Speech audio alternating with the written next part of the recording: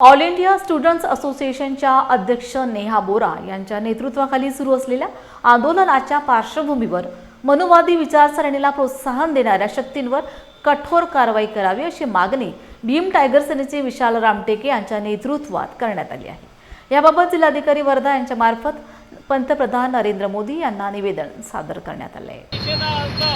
आम्ही निषेध करतो। लोकशाहीच्या विरोधामध्ये वाढणाऱ्याला देशद्रोहाचा गुन्हा दाखल झालाच पाहिजे।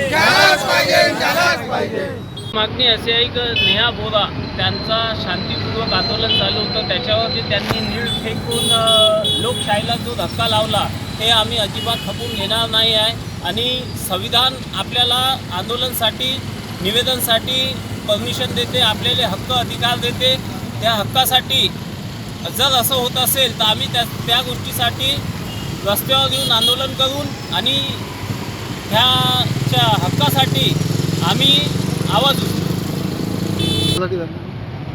नेहा बोरा यांच्यावर जो अन्याय अत्याचार करण्यात आला, त्याच्या भगिनीने देशाचं नेतृत्व करताना लोकशाही जिवंत ठेवण्यासाठी संविधान विचाराने जनतेला जागृत करण्यासाठी जे आंदोलन जंतर मंतरवर केलं, त्या आंदोलनाला द्वेष करून जे काही धर्मांधवादी विचाराचे या देशात लोक आहे, जे सरकार आहे, या सरकारने हेतुपुरस्पर सूडबुद्धीने जे शाही भेट केली, त्या नेहाच्या